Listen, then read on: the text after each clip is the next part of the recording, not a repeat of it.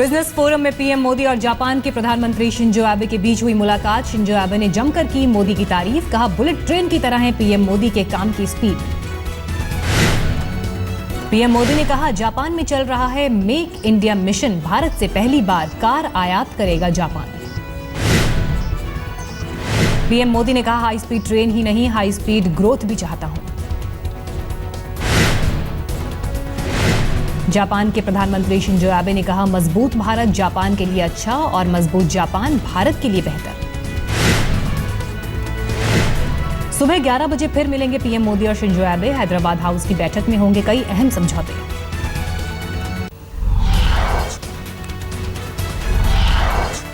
प्रधानमंत्री नरेंद्र मोदी आज करेंगे अपने संसदीय क्षेत्र वाराणसी का दौरा। पीएम के साथ जापान के प्रधानमंत्री शिंजो एबे भी होंगे। शिंजो एबे प्रसिद्ध दशाश्वमेध घाट पर गंगा आरती का दर्शन करेंगे। इस दौरान प्रधानमंत्री मोदी भी उनके साथ होंगे। देर शाम दोनों नेता दिल्ली वापस लौट आएंगे। वाराणसी जाने से पहले हैदराबाद हाउस में होगी दोनों देशों के प्रधानमंत्रियों के बीच मुलाकात। बुलेट ट्रेन समेत कई मुद्दों पर हो सकता है करार। पीएम के वाराणसी दौरे से पहले सुरक्षा के कड़े इंतजाम, पुलिस के अलावा अर्धसैनिक बलों को भी किया गया तैनात। पीएम मोदी और जापानी पीएम शिंजो एबे के वाराणसी दौरे के मद्देनजर आसपास के जनपदों में भी सुरक्षा सख्त। मिर्जापुर के नक्सल प्रभावित इलाकों में चेकिंग तेज। दिल्ली में प्रदूषण कम करने के लिए ग्रीन ट्राइब्यूनल का केंद्र और राज्य सरकारों को बड़ा निर्देश, कहा न खरीदें डीजल गाड़ी। एनजीटी का आदेश, 10 साल पुरानी डीजल गाड़ियों का अब दिल्ली में नहीं होगा री रजिस्ट्रेशन। एनजीटी ने दिल्ली सरकार के ऑड इवन नंबर वाले फॉर्मूले पर भी उठाए सवाल, कहा क्या सरकार ऐसी कितनी गाड़ियां हैं इसका कोई सर्वे करा पाई है। एनजीटी ने सीधे तौर पर कहा दिल्ली में ऑड इवन नंबर का फॉर्मूला हो जाएगा फेल। चीन में नहीं सफल रहा यह फॉर्मूला, लोगों के 2 गाड़ी रखने से और बढ़ा प्रदूषण। एनजीटी ने केंद्र और राज्य सरकार को अहम निर्देश देते हुए कहा पुरानी डीजल गाड़ियों को दिल्ली से बाहर करने और उन्हें बैटरी या सीएनजी में बदलने पर दें जोर। अब पर्यावरण को नुकसान पहुंचाए बिना ले लिट्टी चोखा का मजा। रांची में एक शख्स ने सोलर लिट्टी को दिया बढ़ावा, स्वाद चखने में जुट रहे हैं लोग।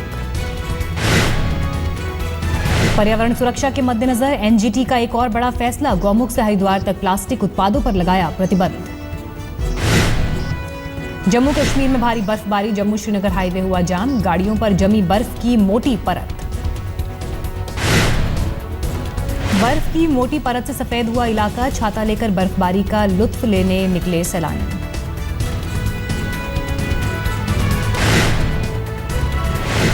राजस्थान के फतेहपुर शेखावटी में कुहासे के साथ पड़ रही है कड़ाके की ठंड, अलाव का सहारा ले रहे हैं लोग।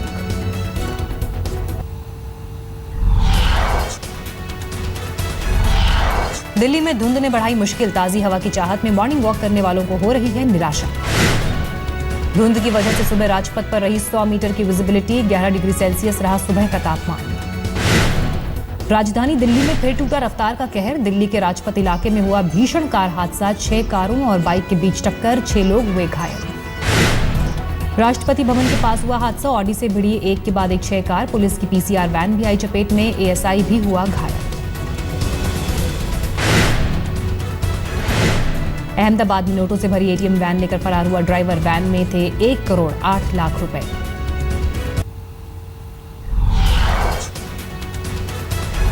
कानपुर में छेड़खानी से परेशान होकर एक राष्ट्रीय स्तर की बास्केटबॉल खिलाड़ी ने की खुदकुशी, परिजनों का आरोप दोस्त ने घर आकर की थी बदसलूकी, लड़की ने डिप्रेशन में लगाई फांसी।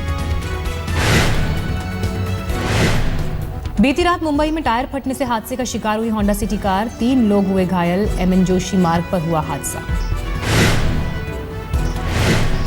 भुवनेश्वर में राष्ट्रीय स्तर के डॉग शो का आयोजन, प्रतियोगिता में शामिल होने अपने पालतू कुत्तों के साथ पहुंचे लोग।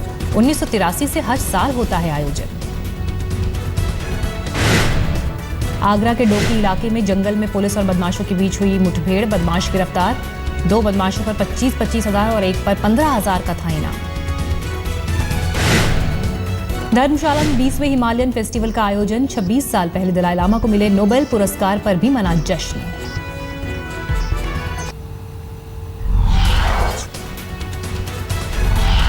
नोएडा के सेक्टर 11 में एक महिला पर हमला, ऑफिस से घर जा रही महिला पर पीछे से नकाबपोश युवक ने बोला हमला, गंभीर हालत में महिला अस्पताल में भर्ती। नोएडा के सेक्टर 100 में एक अपार्टमेंट की 8वीं मंजिल से गिरने से युवती की मौत। अमृतसर में रहते हैं युवती के परिजन।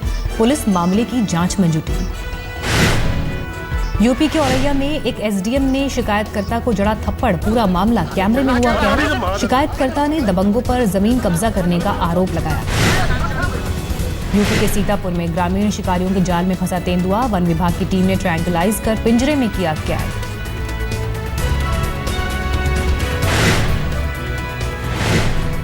दिल्ली के मालवीय नगर इलाके में घर में चोरी करने आए 2 बदमाशों में से एक को भाई बहन ने पकड़ा। 7वीं और 10वीं के छात्र हैं भाई बहन।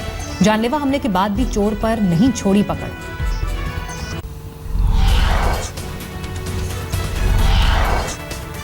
थाने में एम्बुलेंस में आग लगने से हुआ बेहद दर्दनाक हादसा। नवजात बच्चे की जलकर हुई मौत। पहले ऑक्सीजन सिलेंडर में लगी आग, फिर हुआ धमाका। अभिनेत्री जिया खान सुसाइड केस में हुआ खुलासा। सीबीआई चार्जशीट के मुताबिक जिया का हुआ था अबॉर्शन। चार्जशीट के मुताबिक अबॉर्शन के वक्त 4 हफ्ते का गर्भ था जिया को। रिश्ता सार्वजनिक होने के डर से सूरज पांचोली ने घर पर ही जिया को दी दवा। इस घटना से जिया को पहुंचा मानसिक आघात। पानसरे, दाभोलकर और कलबुर्गी की हत्या में हुआ एक ही हथियार का इस्तेमाल। सूत्रों के मुताबिक पुलिस को मिले हैं सुराग।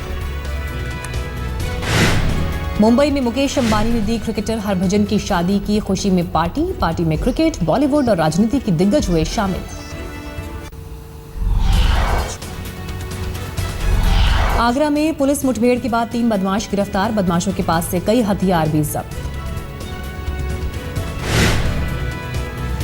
मुरादाबाद में वकीलों ने अखिलेश सरकार के खिलाफ किया प्रदर्शन। पश्चिमी यूपी में हाईकोर्ट बेंच की है मांग। उत्तराखंड के जंपा और जोशीमठ में बर्फबारी से जनजीवन अस्त व्यस्त। निचले क्षेत्रों में बारिश होने से पड़ रही है कड़ाके की ठंड। हिमाचल प्रदेश में पिछले 24 घंटे से हो रही लगातार बारिश से तापमान में आई भारी गिरावट। सोलन सहित कई इलाकों में विजिबिलिटी हुई लो।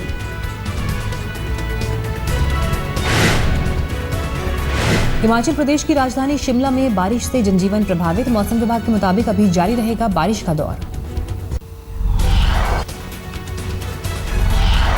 दिल्ली में एजेंडा आज तक का आयोजन। देश और दुनिया के कई दिग्गज पहुंचे। एजेंडा के महामंच पर कई अहम मुद्दों पर रखी अपनी राय। मोदी सरकार पर ओवैसी का बड़ा हमला। एजेंडा आज तक में बोले दंगे कराने में सरकार की मास्टरी।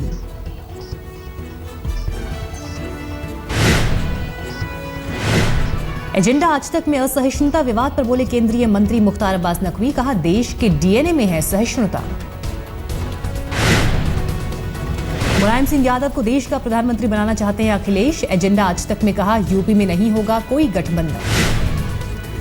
बीफ विवाद पर किरण रिजिजू की 2 टूक। एजेंडा आज तक में कहा खाने पीने की चीजों पर माथापच्ची से देश के विकास में रुकावट।